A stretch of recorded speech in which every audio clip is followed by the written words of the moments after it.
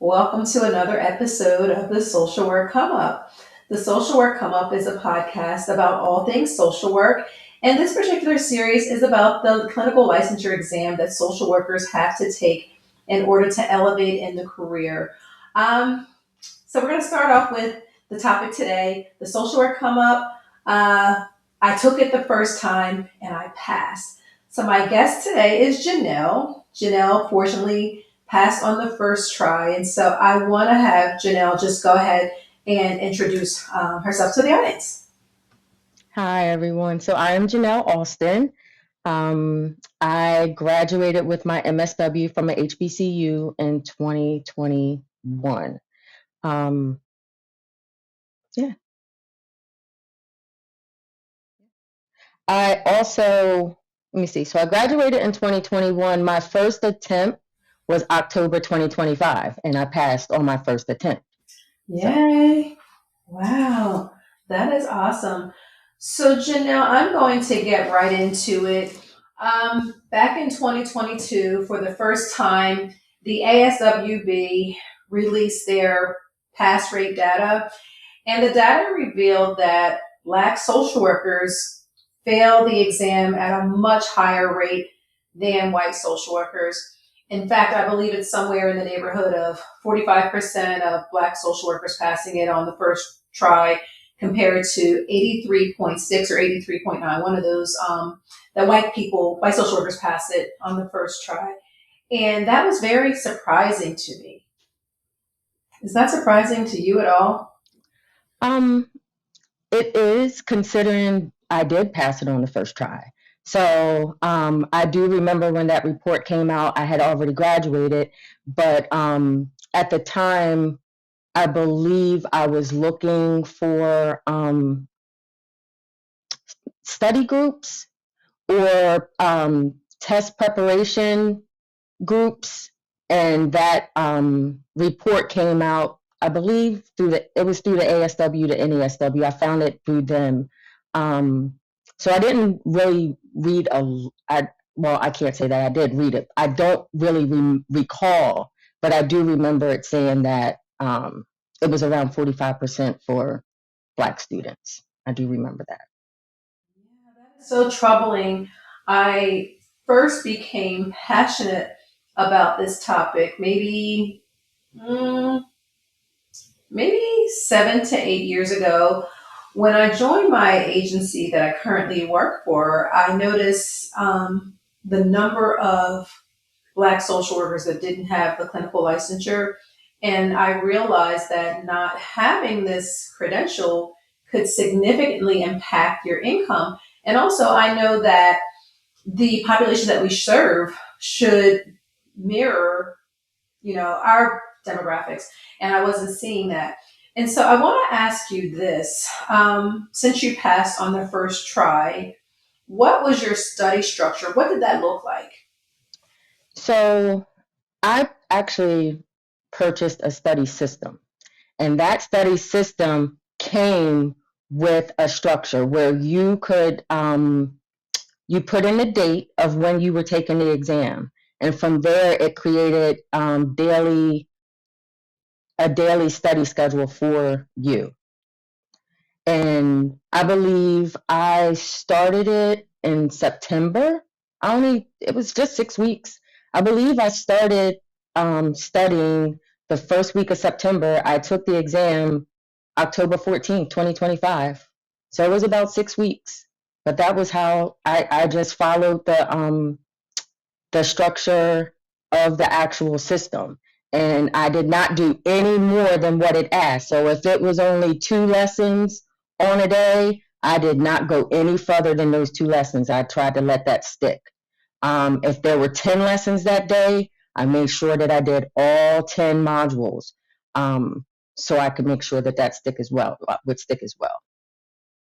Okay. And statistics show that people who take the exam closer to graduation tend to fare better on the exam. Would you agree with that? I'm not sure because I did not take it close to graduation. I actually, in my uh, experience, it was a 4-year window. And I did not study before September. Well, I can't say that. I did, when I first registered for the exam, I did start studying, but I wasn't studying properly. That's what I'll say. I was pulling out textbooks, um, pulling out notes, different things that I actually did when I was in school, and then someone told me like, "Nah, don't do that. Make sure you purchase a system." So Yes. yeah, so I stopped doing that. Wow. Do you feel like your school, the MSW program that you were in, do you feel like they prepared you for clinical licensure?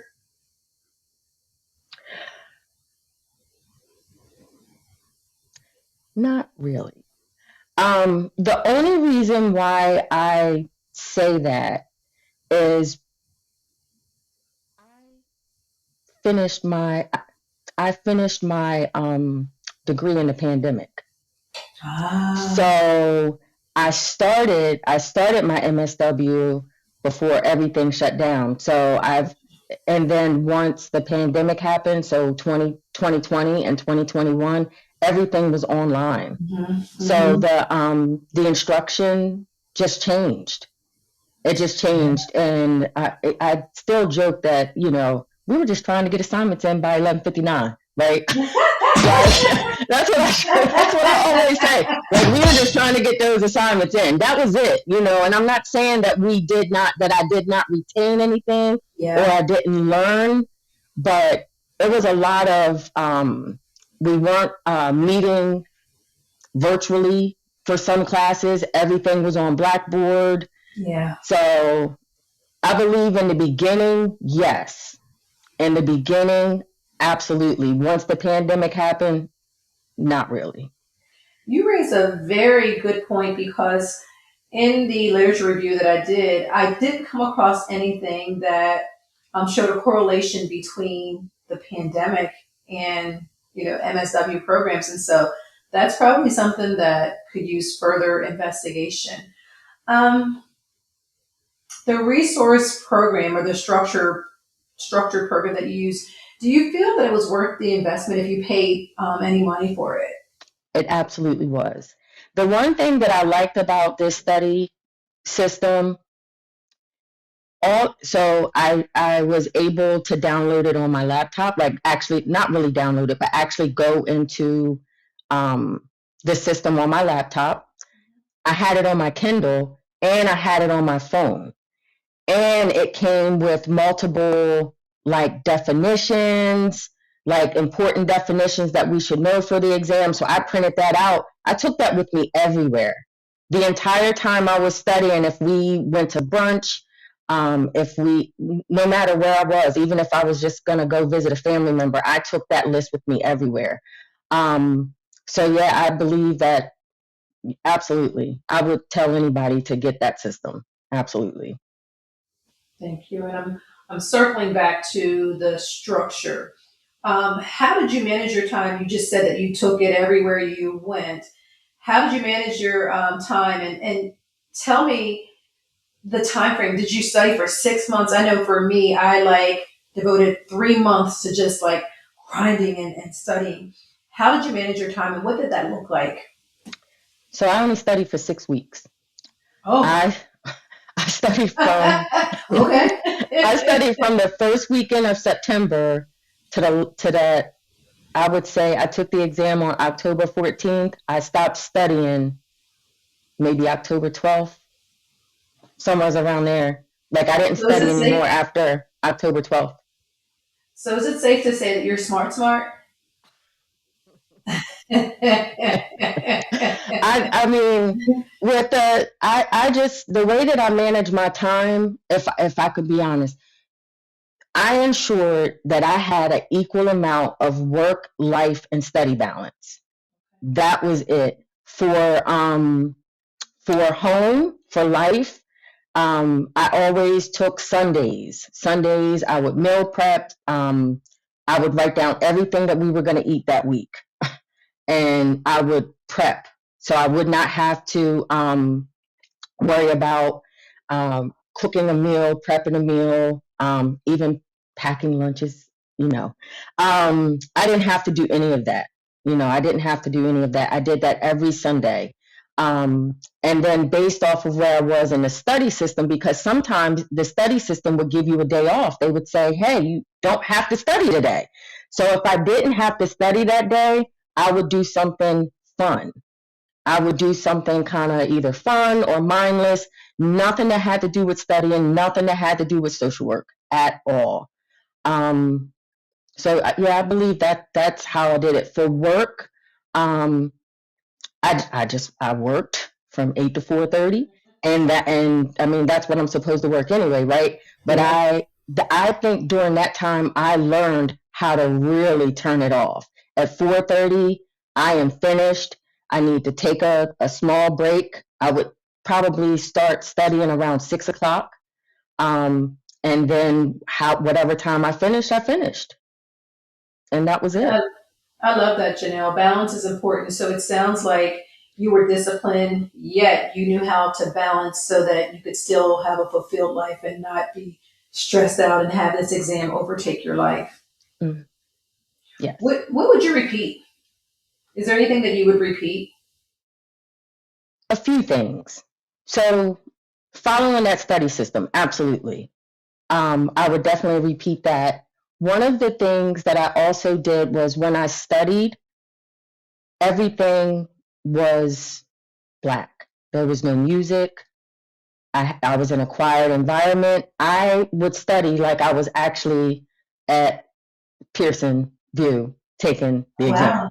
Yes. Whenever I took a practice exam, I took that practice exam the same way that I anticipated that I would take the exam. I also, don't laugh, I also went to the practice site. I practiced getting out of the car to decrease. That's another. So I'll go into that. Yeah, I'll go into that. But I actually went to the practice site or the testing site so I could see what it felt like to walk in there. Okay, this is where I'm gonna put my stuff. Okay, all right. Yeah, I did that. I actually like that, and I'm not laughing at that because the research shows that a lot of folks struggle with test anxiety. So going there ahead of time to just familiarize yourself and become comfortable, that's a great thing to just get you prepared for the real thing. Wow. Yeah, it was really helpful. Um, I'm probably going to give away everything. Another thing that I did that I will repeat every day from September, whatever that Sunday was, up until the day of the exam, I had 2 sheets of positive affirmations that I wrote out on my own. Just stuff that came to the top of my head. I said those positive affirmations over myself every day without fail before I started to study. And then one of the things that I would say is really, really important that I would repeat, I made a list of people that I knew believed in me. And when I started to doubt myself, I would just randomly pick somebody off of that list and reach out to them for encouragement.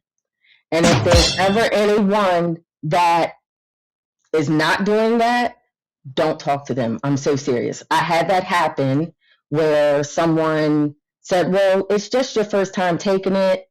Don't worry about it. Just go take the exam and see what's on it, see how you feel. I ain't talked to them anymore until after I called them and said I passed. Like, you're not, absolutely not. You're not going to No. drop that on me. No. Yes. Energy Mm-mm. only. Positive energy only. I love Yeah. that. That is really great information. I asked the prior guests this question. So, do you believe this conversation is even relevant talking about Black social workers not passing the exam at the same rate as white social workers? Should we even be talking about this in 2026? We absolutely should be talking about this in 2026, especially if the pass rate is the disparity is 84% to 45%. We absolutely should be talking about this. And I don't I'm not sure. Like I said, I didn't read the actual report, and if I'm sure I read it, I just don't remember it off the top of my head. Like some of the reasons that they possibly gave, or I can't remember. So, but we should definitely be talking about this because it's, I won't call it epidemic, but it seems to be a problem. There's a disconnect somewhere Yes, yes, between us as Black students and even other ethnicities, the Hispanic and Asian. Their first attempt pass rate is higher than ours. So yeah, yeah. yeah. I've heard people say that in order to pass the clinical licensure exam, you have to change your mindset and you have to think like a middle aged white woman. What are your thoughts on that? So that's funny. And the reason why I say that's funny is because that's actually one of the things. I won't say that I thought like a middle aged white woman. What I did though was I scrapped everything, every role that I've ever worked in. I didn't use any of that. When I read questions, I read that question, it said social worker. It didn't say therapist. It said social worker. So the way that I looked at those questions, with any social worker in the United States should be able to answer this question at the same time. So yes, I do agree with that. But that's pretty much what I did. I just, okay, if I'm a social worker in Montana, my answer should still be the same if I'm a social worker in Delaware. I love that. I love that. So tell me this, if there was one piece of advice that you could give to a social worker who is looking to take the exam for the very first time, what would that advice be? Know yourself. And what I mean by that, I could give them a lot of pieces of advice. I am a night person. I am not a morning person. There was absolutely no way I was going to register for that exam at 8 a.m. I did not take that exam at 8 a.m. I took it at 3 p.m. So you want to make sure that you are setting yourself up for success. Um, and that's the reason why I took the exam on October 14th. My goal was actually to study as long as I could and take it in November. They didn't have any 3 p.m. dates in November. The only 3 p.m. date was October 14th. So that would be one of the biggest pieces because I think that sometimes we just want to get it over with and we just sign up for whatever we sign up for. And I would say don't do that. If you are a morning person, take it in the morning. If you're a night person, take it in the afternoon. I love that. That is great advice. Know yourself. Hmm. Wow. Well, Janelle, is there anything else that you want our audience to know before this episode concludes? Um, I would say when it comes to studying, two things. Know what the question is asking. Know if it's a recall, application, or reasoning question. Know what that question is asking. And then two, based off of the question, where are you in the helping process? Once you know where you are in the helping process in that question, you'll be able to figure out how to eliminate those answers. That's what I would say. Wow, thank you so much. You have been so informative. You've given such good advice. I like this blueprint. I think that it's very practical, and I think it's a framework for success. Um, I appreciate your time. I appreciate you just taking out of your busy day to come and share with other social workers what you believe can help them to succeed. You're welcome. Thank you for having me today. You're welcome. Until next time, the social work come up for us, by us. Bye.